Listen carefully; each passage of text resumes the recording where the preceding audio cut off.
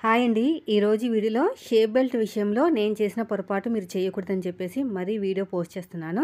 Starting నేను ఏం చేసేదానంటే original cloth పెట్టేసుకుని దానిపైన లైనింగ్ క్లాత్ పెట్టుకుని తిప్పేసుకుని డైరెక్ట్‌గా నేను ఫ్రంట్ పార్ట్‌కి జాయిన్ చేసేదానండి. అలా చేయడం వల్ల ఫ్రంట్ పార్ట్ అనేది నిలబడేదని కాదనమాట. అంటే చెస్ట్ బరువుకి ఇక్కడున్న పట్టీ ఉంది కదా! మనకి షేప్ బెల్ట్ పట్టీ అనేది పల్చగా అయిపోయింది. ఎందుకంటే నేను లోపల ఎలాంటి క్లాత్ ఎగస్ట్రా వేయలేదు. పల్చగా అయిపోయేసరికి ఇంకా చెస్ట్ బరువుకి నిలబడేది కాదనమాట. చెస్ట్ అనేది కిందకి జారిపోయేది. ఆ విషయం నాకు ఎప్పటికీ అర్థమయ్యేది కాదండి. ఎంత బాగా కట్ చేసినా కూడా ఫ్రంట్ పార్ట్ అనేది జారిపోతుంది అనేవారు. చెస్ట్ తక్కువ ఉన్న వాళ్ళకి మాత్రం ఎలాంటి కంప్లైంట్స్ వచ్చేవి కాదు. ఎందుకంటే ఇది షేప్ బెల్ట్‌కున్న బరువుకి వాళ్ళకున్న చెస్ట్‌కి సమానంగా సరిపోయేది. అదే చెస్ట్ ఉన్న వాళ్ళకి మాత్రం అస్సలు నిలబడేది కాదు. సో, తర్వాత నేను అలాగే తిప్పలు పడుతూ ఉండగా ఒక ఆంటీ వచ్చారనమాట ఇంటికి.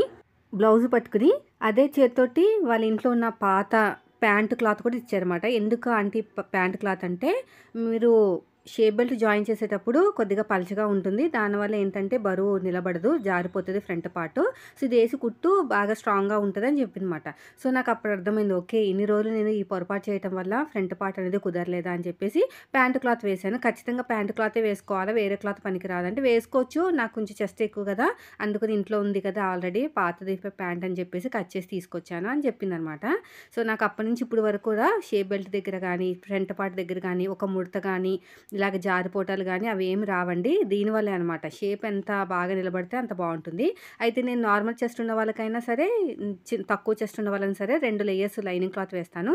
మరి ఎక్కువ చెస్ట్ ఎక్కువ ఉన్న వాళ్ళకి ఏదైనా దళసరి క్లాత్, మనకి లంగా క్లాత్లు ఏమైనా ఉంటాయి కదా, పాత లంగా క్లాత్లు కానీ, లేదంటే నా దగ్గర పాత ఏం లేవులేండి, ఏదైనా వేస్ట్ క్లాత్లు 2, 3 ఎక్కువ వేసి మరీ కుడతానమాట. అలా వేయటం వల్ల ఫ్రంట్ పార్ట్ అనేది జారకునుంది.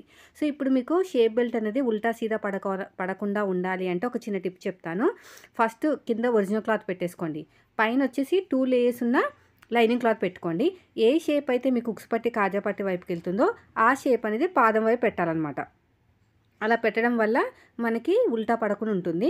రెండో షేప్ బెల్ట్ కుట్టేటప్పుడు ఒరిజినల్ క్లాత్ కింద ఉండాలి. సేమ్ ఫస్ట్ ఎలా కుట్టాం అలాగో పైన మాత్రం 2 లైనింగ్ క్లాత్ ఉండాలి. ఏ షేప్ అయితే మీకు సైడ్ జాయింట్ వైపుకి వెళ్తుందో ఆ షేప్ అనేది పాదం వైపు పెట్టాలి. ఆపోజిట్లో మాత్రం ఫస్ట్ వచ్చేసి మనం ఉక్స్ పట్టి వైపుకున్నది పెట్టాం కదా, తర్వాత వచ్చేసి మనకి అది సైడ్ జాయింట్ వైపుకున్నది పెట్టుకుంటే మీకు పర్ఫెక్ట్గా ఉల్టా సీదా పడకుండా రెండు కూడా ఒకే సైడ్ కాకుండా ఆపోజిట్ డైరెక్షన్లో వస్తాయి.